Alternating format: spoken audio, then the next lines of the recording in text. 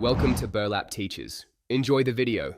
In this video, I will explain how to make meringue with egg whites and sugar only.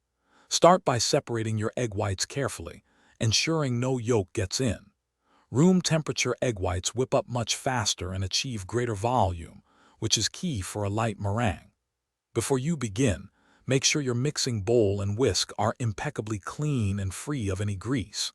Even a tiny bit of fat can prevent your egg whites from whipping properly. We'll be using superfine granulated sugar for the best results. Now let's get whipping.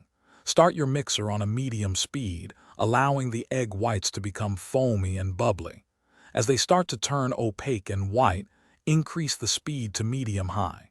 You're looking for the mixture to thicken and hold its shape when you lift the whisk. This stage is called soft peaks, where the tips gently curl over. This is where the magic happens. With the mixer still running on medium-high, gradually add your superfine granulated sugar, about 1 tablespoon at a time. Don't rush this step. Slow addition helps the sugar dissolve completely.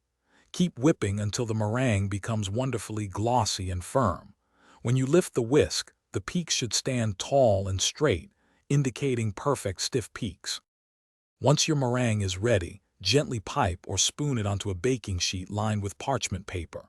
For a crisp, dry meringue, bake it at a very low temperature, typically around 200 degrees Fahrenheit, for 1 to 2 hours or even longer for larger meringues. After baking, turn off the oven and let the meringues cool completely inside. This prevents cracking and ensures they stay perfectly crisp. Store them in an airtight container. Thanks for watching. Consider subscribing if this video helped you.